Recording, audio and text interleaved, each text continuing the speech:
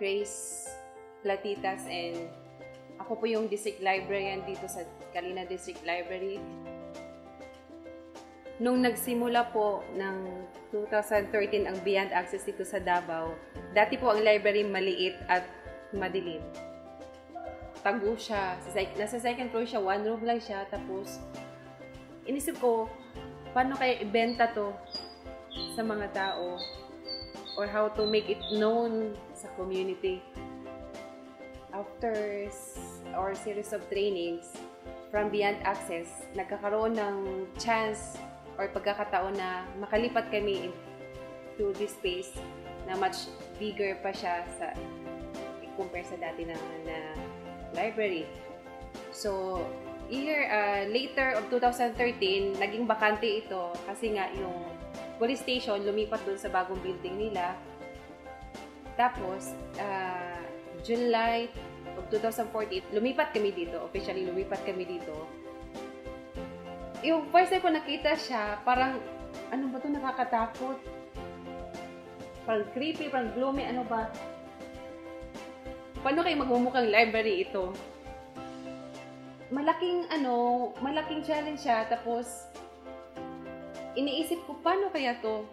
Since yung budget hindi pa lumabas, marami pong tumutulong, sir. I-mention ko lang first yung Barangay Council, since nagbigay sila ng 10 plyboards, 10 cans of paints.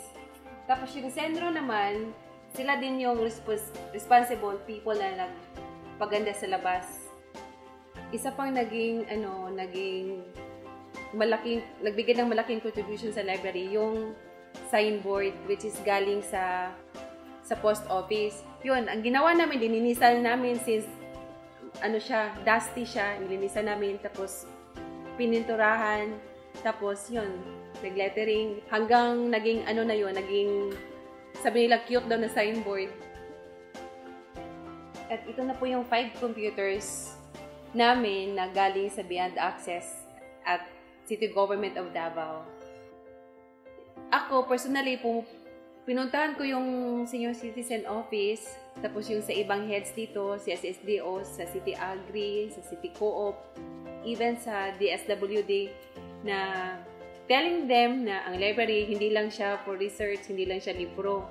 Meron na kaming computers, open siya as a venue for meetings, for trainings. Naging posible siya kasi ginawa namin sa pagtutulungan.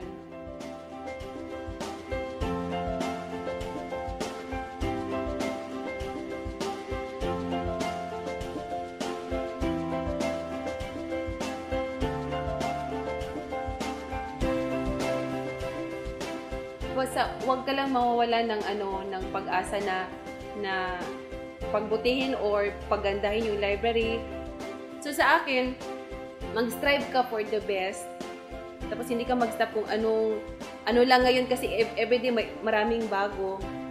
Ayun lang siguro ka ng proper communication, tsaka maging maging friendly sa lahat. Huwag lang mag-stop kung saan ka ni-reject, o wag lang maging kontento kung ano ngayon kasi mas marami ka pang magagawa para sa ikakabuti ng library, sa community.